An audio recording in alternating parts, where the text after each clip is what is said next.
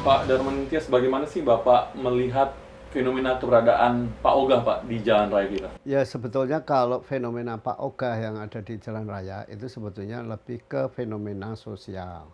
Jadi bukan fenomena lalu lintas gitu, tetapi fenomena sosial yang memanfaatkan kondisi lalu lintas yang memang perlu bantuan gitu. Terutama biasanya Pak Ogah ini kan berada di tikungan-tikungan jalan, di putaran dan sebagainya. Nah, pada saat jalan rame memang sangat diperlukan oleh masyarakat dan masyarakat sangat terbantu gitu. Tetapi pada saat lenggang memang tidak terlalu diperlukan. Tetapi saya kira ini persoalannya itu lebih ke persoalan sosial karena dari beberapa eh, wawancara saya dengan mereka ya, itu kan mereka memang betul-betul tidak memiliki pekerjaan yang tetap sehingga mereka menjadikan itu sebagai pekerjaan untuk menghasilkan income.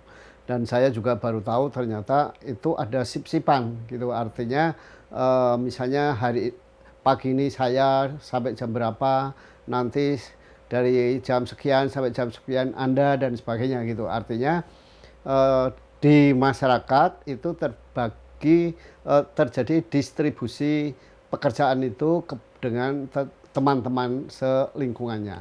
Sehingga saya melihat ini betul-betul persoalan sosial karena kalau misalkan mereka bisa memperoleh pekerjaan lain, mereka mungkin juga akan pekerjaan lain dan meninggalkan pekerjaan itu yang karena cukup berisiko. Menurut Bapak, tepat tidak tepat Pak Ogah untuk mengatur lalu lintas? Ya, sebetulnya kan fungsi mereka itu tidak mengatur.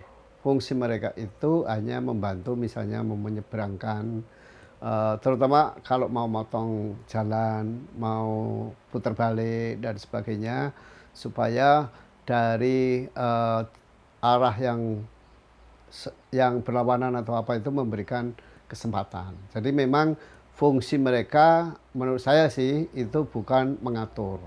Nah, kalau dilihat tepat dan tidak, saya kira ya memang kalau masyarakat kita sudah tertib memang nggak perlu. Tetapi kan kita harus menyadari juga bahwa masyarakat kita tidak tertib gitu. Dan kalau menyerahkan setiap tikungan itu kepada kepolisian kan juga nggak mungkin.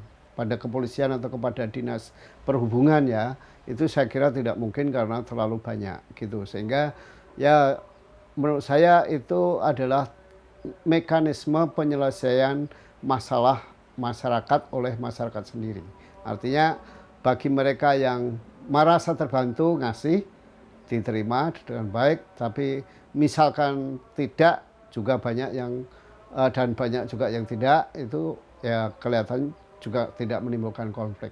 Artinya sejauh mereka melakukan peran itu tidak menimbulkan masalah baru, ya biarkan saja nanti masyarakat yang uh, mengaturnya gitu. Artinya uh, bagi masyarakat yang merasa terbantu mau ngasih ya silahkan, tidak juga tidak apa gitu loh. Itu menurut saya. Jadi ini persoalannya bukan soal tepat tidaknya, tetapi ya faktanya di lapangan kadang-kadang kehadiran mereka dirasakan cukup membantu. Lantas Bapak, upaya apa nih Pak yang kira-kira perlu dilakukan oleh pihak kepolisian dalam menghadapi adanya Pak Ogah di jalan? Ya, saya kira mereka harus diajarkan soal safety, ya, artinya soal prinsip-prinsip keselamatan. Kira-kira seperti apa? Misalnya kalau kendaraan ngebut itu tentu tidak boleh di stop gitu. Jadi kenapa? Karena kalau nanti di stop tiba-tiba itu bisa menimbulkan kecelakaan.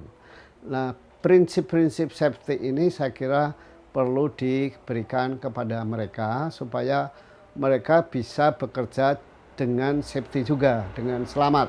Gitu.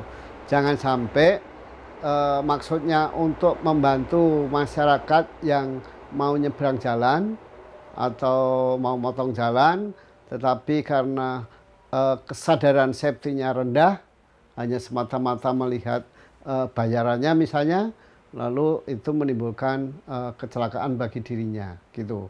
Nah ini saya kira yang paling penting. Jadi pihak kepolisian entah secara reguler, entah sesekali insidental itu bisa melakukan pembinaan mereka dari aspek safety-nya.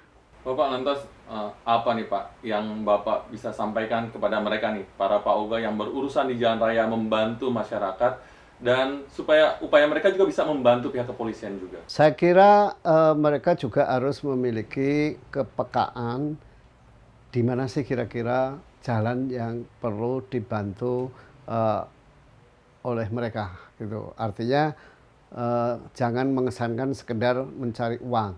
Misalnya satu ruas jalan yang sebetulnya tidak ada mereka pun lancar, ya sebaiknya mereka jangan di situ. Jadi mereka itu juga harus punya feeling untuk melihat, oh ini perlu bantuan, maka saya akan berada di sini gitu. Iya, ada di sini. Tetapi kalau oh ini masyarakat tanpa ada saya pun juga bisa putar balik atau bisa motong jalan dengan selamat, saya kira tidak perlu gitu. Nah, saya kira hal-hal seperti itu juga harus diajarkan kepada mereka supaya kesannya itu tidak hanya sekedar mencari duit gitu. Memang tidak terhindarkan bahwa diantaranya itu adalah itu bagian dari pekerjaan mereka, tetapi bahwa aspek keselamatan juga menjadi hal yang utama gitu. Jadi mendapatkan nafkah yang berkeselamatan itu harus menjadi prinsip kerja mereka. Ya, mungkin hal yang semacam ini kan tidak pernah mereka pahami.